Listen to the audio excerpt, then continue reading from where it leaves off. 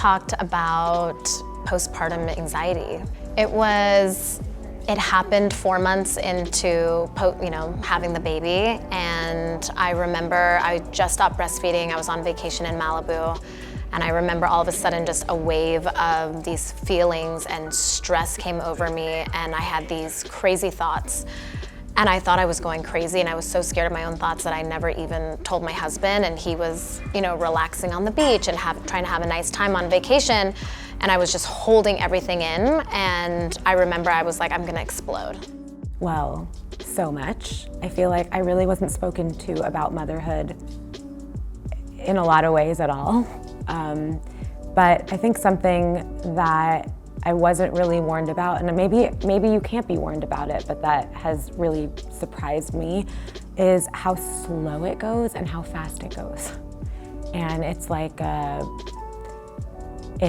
there's like moments that go so fast and you just want them to slow down, and you're sad about it, like you're mourning like yesterday, but then there's moments that feel so slow and you just want to get that phase over with. And so I think there's just like this weird time continuum thing that nobody talks about, that I've never experienced before, and it's like on a daily basis. I think that I thought it was going to be easy to get pregnant, stay pregnant, and that I was going to have this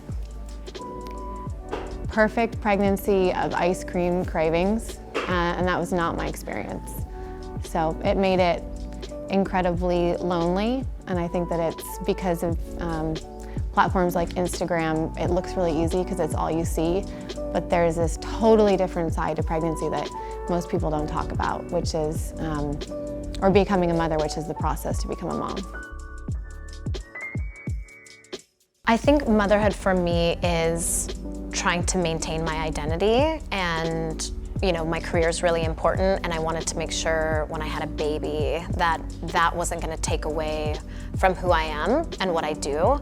And so I think that was like a really important aspect of being a mother. Like, yes, I'm a mother, but I still am Amanda Kassar. I think for me, it's a lot of self-pressure, and as someone that wears a lot of different hats, and I have my own business, and I have the other work that I do with the brand, and also I want to be at everything for my children's lives. Like, I want to be the one that takes them to school and picks them up, and I want to be the person that if they see the first when they wake up in the morning, and I want to put them to bed. And I think I put a lot of pressure, just self-pressure on myself, because you can't be at two places at once, and it's really something that I'm continuing. I don't want to say I've had to work on. I have had to work on it, but I'm still working on it, even being here right now. It's dinner time, and my older son was pretty bummed that I was leaving, but I really wanted to be here. And so it's this constant pressure that I have to work on, that I put on myself, and I just try to continuously remind myself that I'm doing a good job, I'm doing the best that I can, but it's not always easy. Sometimes those are just words and you don't feel like it. I think that people talk about the guilt, and it's just much more, it's much harder than I thought it would be from a guilt perspective. I think I feel like a bad mom every single day, and I always wonder if other people have that experience, but I think that sort of no matter what you do, you feel like a failure all the time. It's the most amazing thing, but everyone's gonna experience something different, and you're gonna be on your own journey, and however you deal with that journey is yours, and you'll figure it out.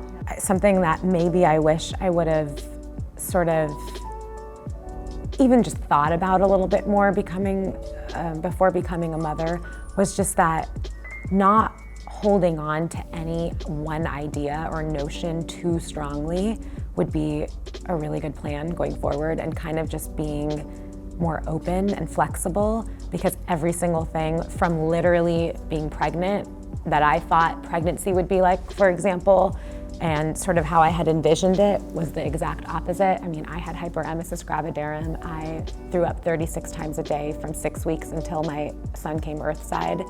I did not, like, I had such this idea of what being pregnant was gonna be like, and similarly with motherhood. And I think that almost, you know, not to be too silver liney and the optimism doctor of it all, but I almost think that having a pregnancy like that really kicked me into gear big time on, you know, just having expectations and ideas and hopes, but not holding on too strong about what any aspect of it should or will look like, because it's gonna look totally different. That every journey is really different, that, you know, you don't always, it doesn't always happen.